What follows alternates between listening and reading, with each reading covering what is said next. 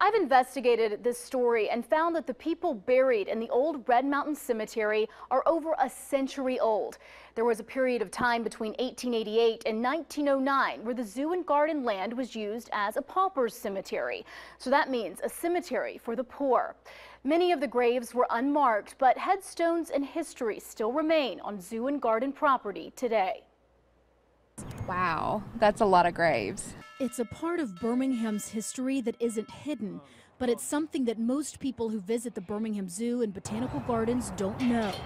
4,700 people are buried underneath. There's no map of the area, and so there's no way to know where the rows or the lots were. We found one grave where we know a woman named Annie is buried. It's the only marked grave. Whoever marked her grave marked it on the front and the back because apparently they wanted to make sure that she was remembered. I searched through archived newspaper articles and artifacts at the Birmingham Library and discovered this 127-year-old health department burial book. It shows each person buried in the Red Mountain Cemetery, their name, how old they were, and how they died. That's the only record we have of it. Because these people were paupers, experts in cemetery history, like Kermit Dooley, says the reason the graves were built over is because no one was around to speak for these people 50 years ago. It wasn't unusual for those to be covered over. Progress seems to hold the upper hand when it comes to cemeteries. I find it ironic that we have over 4,000 poor people buried in one of the most affluent areas of Birmingham now. Dooley tells me when the zoo and gardens were built, there were no laws to prevent graves from being built over. In fact, there are 400 graveyards scattered all throughout Jefferson County. Only 20 graveyards are listed in the phone book. So that means graves are everywhere, and their exact locations are lost under developed land. So you're telling me we could be walking on top of graves right now? Oh, there's hundreds of graves all through the county, so maybe that's why some people's tomato plants do better than others. Graves under the zoo spark the interest of urban explorers. Skeptics will ride the train at the zoo to see if they can catch a glimpse of hidden gravestones in the woods.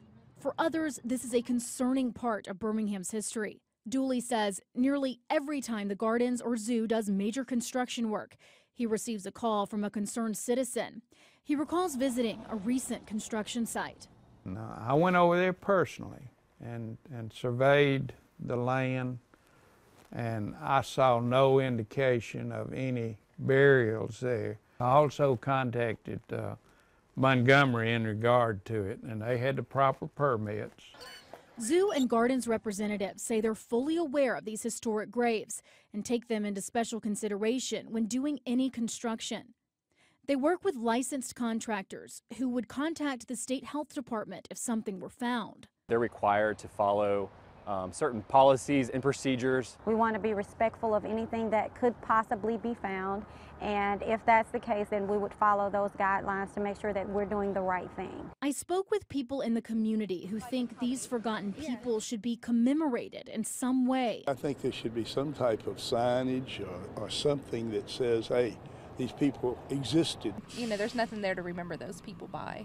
I asked zoo representatives if they would ever consider making these graves part of a historical exhibit. We really just would like to be respectful of the people that are here and not necessarily use it as an exhibit. In 2003, the zoo built a fence around the graves near Annie as a way to show respect to the few people who are marked with stones on the property.